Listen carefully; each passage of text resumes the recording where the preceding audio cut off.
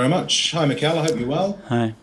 Um, a general one to start, if I may. COVID has obviously reared its ugly head again, and I wondered what you made of the general situation and whether your mind has been taken back to March last year when you almost single-handedly brought the Premier League to an abrupt halt. Well, I think we are all trying to refuse those thoughts because we know what it means. But the reality is that very quickly in the last week or so, things are happening, and we need to be alert of that. And we need to start to put some protocols in place again because we don't want to go back to where we were. The game against Southampton obviously goes ahead. How we've seen the injury news. Can you tell us anything more about Emile Smith Rowe, whether he's likely to feature? Well, Emile is trained today, and he was feeling much better after losing him for the last game, and hopefully he will be available to play. And everything else looks pretty good, does it, for the game? Yeah, the rest is okay. What have you made of Southampton recently? They seem to be performing pretty well, but then losing leads quite regularly. Yeah, Ralph and the team, it doesn't change much. They are really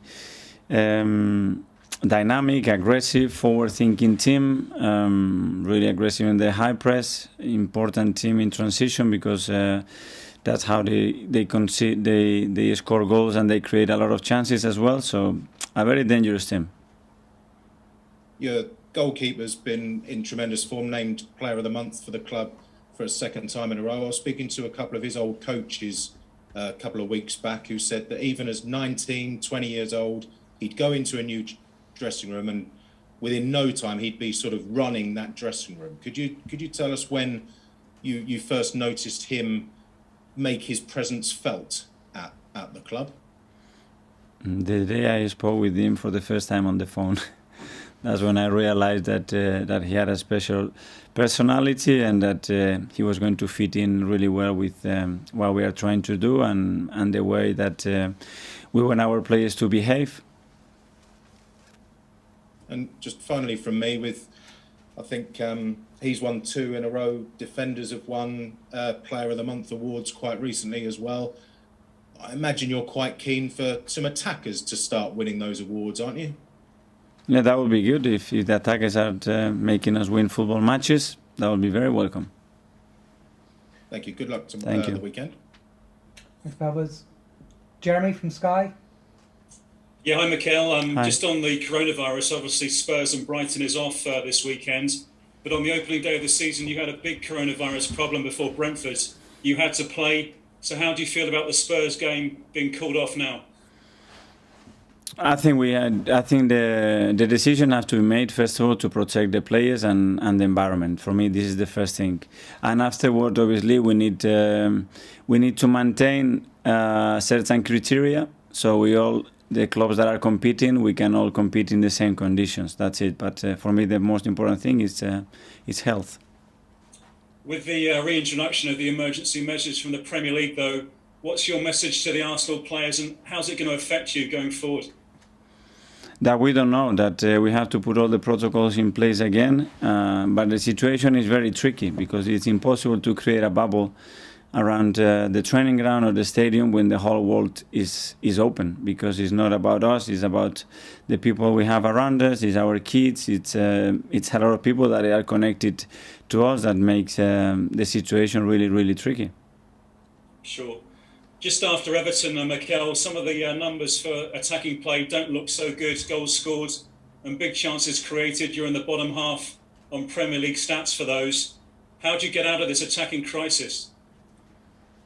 Practicing more and encouraging the players to take more risk, to put the ball more often in the box when we have opportunities to do that, to have more bodies there, and to start to score the chances and the big chances that we had, like the game against Everton. And surely Ober's a big part of this, isn't he? How was he after being subbed on after Eddie on Monday night? Was there any problem about that? And is Southampton a match for Ober to come back to the fore? No, but that's the players, and the substitution are always with the intention to improve the team and try to win the match, and that's all we try to do all the time. You're confident that Ober can rediscover his best form? it's all about patches, but every player has patches and moments. It's trying to make the big moments and the good moments and the form when a player is hitting goals, try to maintain it as long as possible and try to reduce the time when they don't. We understand, Mikel, that Gini Wijnaldum may be looking to come back to the Premier League next month. You're losing players to AFCON. If Gini Wijnaldum was available, would you be interested in bringing back to the Premier League? We're not going to discuss any player that is not an Arsenal player, sorry. Okay, thank you. Thank you. Thanks, Jeremy. George from the BBC. Thanks, Mark. Mikel, I totally agree about how serious COVID is, but when you look back to your Brentford match and you said you were surprised, do you need more guidance as to what the current situation is when you compare it to Tottenham? And I'm not asking you as a rival manager, just as a Premier League manager. The two situations, how are they different? No, I think the guidelines are clear. It's about the decision making that goes the same way for everybody, and this is what we have to hope for. And we know the context where we're going to be competing, and if there are certain things that you don't meet, then the game is off, and if you do, then the game is on. And we all know, and then it's a fair competition. And when you look back, I mean, because Leicester have had problems this weekend with regards to COVID. I mean, that Arsenal-Brentford match had a significant impact on your season, potentially, in terms of the start you had and points. Well, that was hitting the first 3 games of the season for different reasons. But that's on the past. I think as well now you have more people vaccinated. We know much more about the situation, and we keep knowing more about the situation. That's done. There's nothing we can do about it, unfortunately. Okay. And just in terms of your team at the moment, you must be very frustrated. You put them 4 runs together and then now it's sort of 3 defeats and 4. So how do you feel? How the team feels? What's the current state of play with mentality at the moment?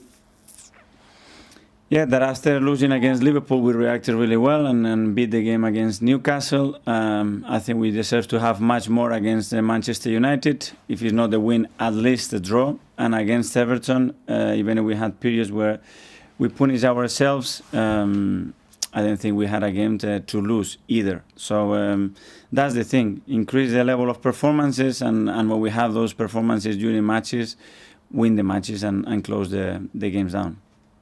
Thanks so much. Good luck tomorrow. Thank you. Ian, TalkSport. Thanks, Mark. Hi, Mikel. How are you? I'm good.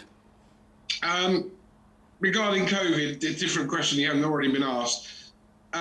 Players that haven't already been vaccinated, have you had another word with them this week to maybe try and encourage them to get or has everybody at Arsenal been vaccinated? No, we are very protected in terms of vaccines, and we are trying to protect them in terms of all the protocols that are in place, trying not to affect their lives completely, but as well knowing that it's going to be crucial to maintain the health of the team and the health of the environment here at Alconi and around the stadium as good as we can. You mentioned that earlier about creating a bubble when the rest of the world is still carrying on around London Colney and the stadium. Do you foresee a situation whereby we might have to go back to either limited crowds or no crowds? If we can maintain the health of everybody, hopefully not. And we don't want to see that happening again. I think we know that we're going to have to live with this virus and with us happening, with all the variants, probably for a long time. And let's try to do so. And I think we are all involved in football. We are willing to take that small risk, and it will be down to all the regulators and the government to see at what point this is okay to continue or not. I asked you last week about Aubameyang's form and was it a concern to you? Pretty much a similar question now. I mean, you need him really to start scoring goals. Is he lacking confidence?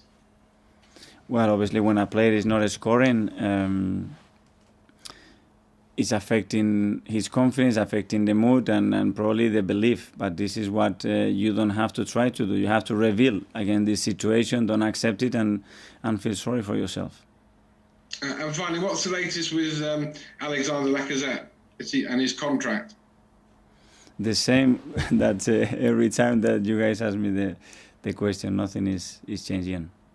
Maybe you should meet him at the training ground on Monday at the entrance with a pen. Just get him to sign it, and then you won't have any problems.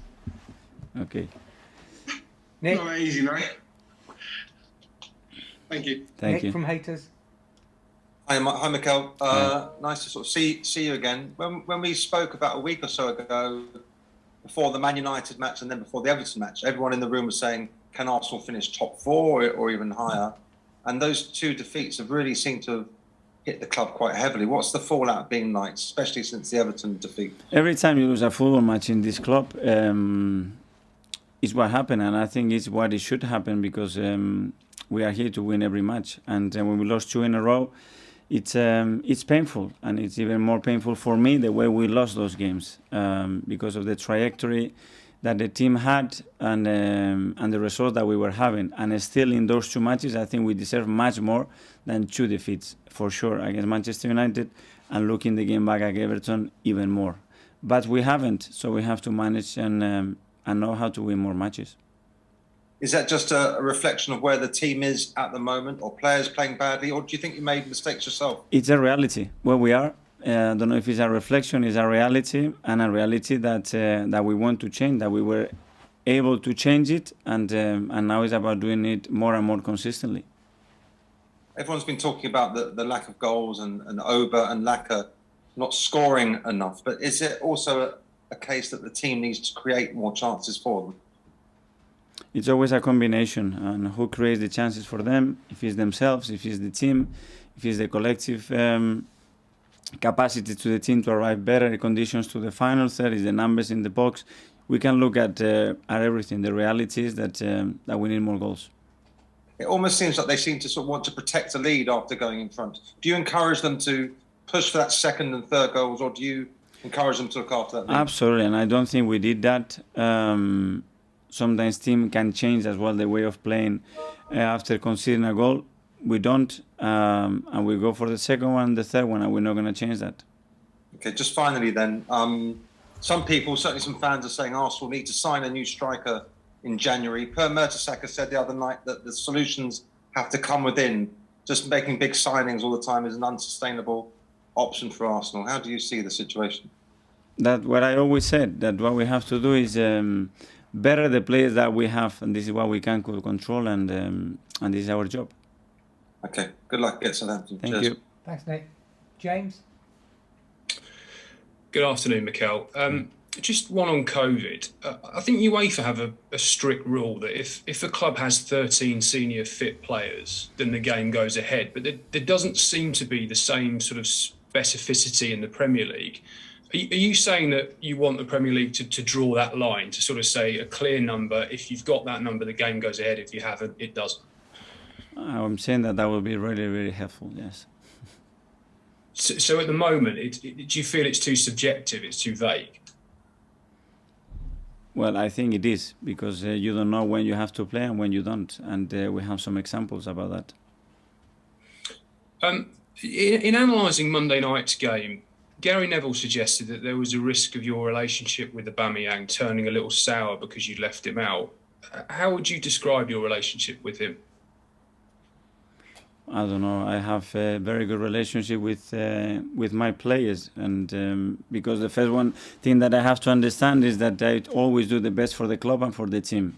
And after I can benefit any of the individuals, I will always do it. And the decisions are not personal. The decisions are just to get performance and the best out of the team, and that's it. I mean, Neville also suggested that you might consider selling Aubameyang in January. Is that something you've thought of at all? Obviously, we have never discussed something like this, and when players are under difficulty or the team is under difficulty, what we have to give is support. And just finally, it's also been reported that Eddie Nketiah's rejected a new contract. Can you confirm whether that's true? Well, Eddie has 6 months left in his contract, and we are having discussions with him and the agent to try to find the best possible way, because Eddie knows how much I rate him, how much I like him, and I would like him to stay at the club. Because the way it came out, it sounded like the talks were over and that was it, but it sounds like you're still fighting to keep him, you still think there's a chance.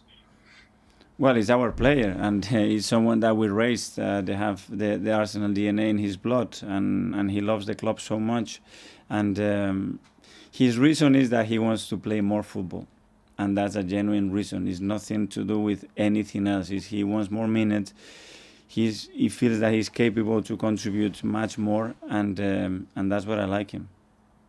Is that obviously difficult to guarantee for any player, though, isn't it? I suppose? Very difficult, but I understand that it is in that period in his career when, after a long spell, after coming back and after being in and out of the team, that he feels that but that's the case. But at the same time, I have a strong feeling with him that he can really help the team. Thank you. Good luck tomorrow. Thank you. Thanks, James. That ends the live section, so we'll come to newspaper section 10:30.